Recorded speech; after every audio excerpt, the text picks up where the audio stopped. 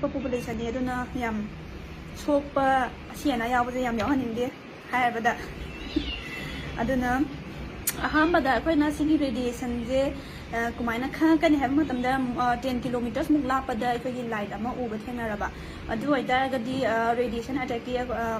prepare to bayare sidaida akogi 10 minutes muk time lay akoina safety measures lawbagi ko sigi time manung sida akoina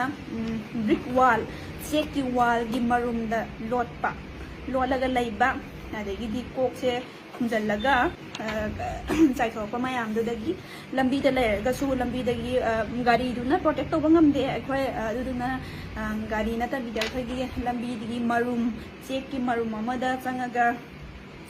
kano khumjallaga laibiba isaje ngakhoga ko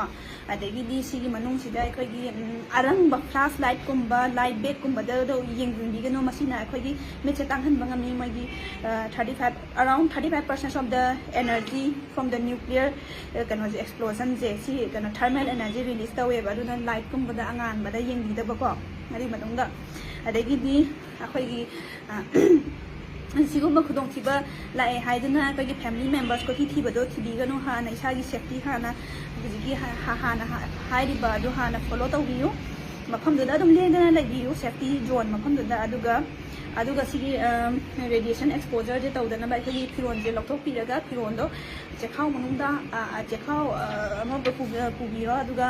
hapaga adana air tight fadan tight oina nambiyo kaigina habada masigi firon dina chupchalle ba kagi kanose radiation fall out haiga draba ye chukchan banga me dana 90% di kan banga me bas main tawda 90% of the apai contaminated aba firon de absorb tawdo adegi di kan banga me ba ko adegi si mathangda apai loira matungda apai shower irujabiba soap and water na ko soap and water na phajana irujatobiba awleida apai taktana khotana li tawbida ba ko tapna phajana dum irujabiba yam kana takpi da ba skin do aduga conditioner use tawba yade conditioner se use tawragadi apai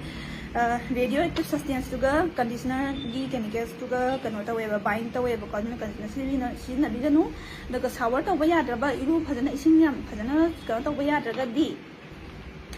clean towel amana towel ising asotpa amna tamna taithokpiba mai meat adegi pisum naton adegi di pa gaje phajana tamna ingam loinama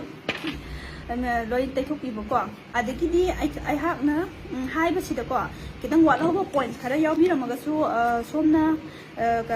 viewers ngaina comment biro ko loinama khamina si loinama mamutta na ko aina ai hakna haiba lisida adegi way of communication adegi matang su FM radio gumba mobile gumba internet gumba se bungi yada basu yada bagi chance su laibanina AM radio oina keri tawbiyo haibani sigi radiation gi symptoms hairaga di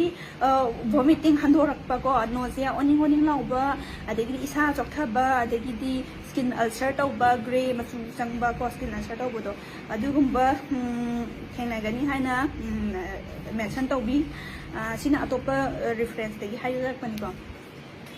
admai tawdana mata sida video sida si hojik ki waina di lesson jage aduga mathangda akhoi gi remedies akhoi gi so aba palaba jingai da first aid kit adegi di hidak laibangam da kana tawa laiba da pharak ta ba chathoko pharak ta ba laibangam da ba laiba ya da di yum da kari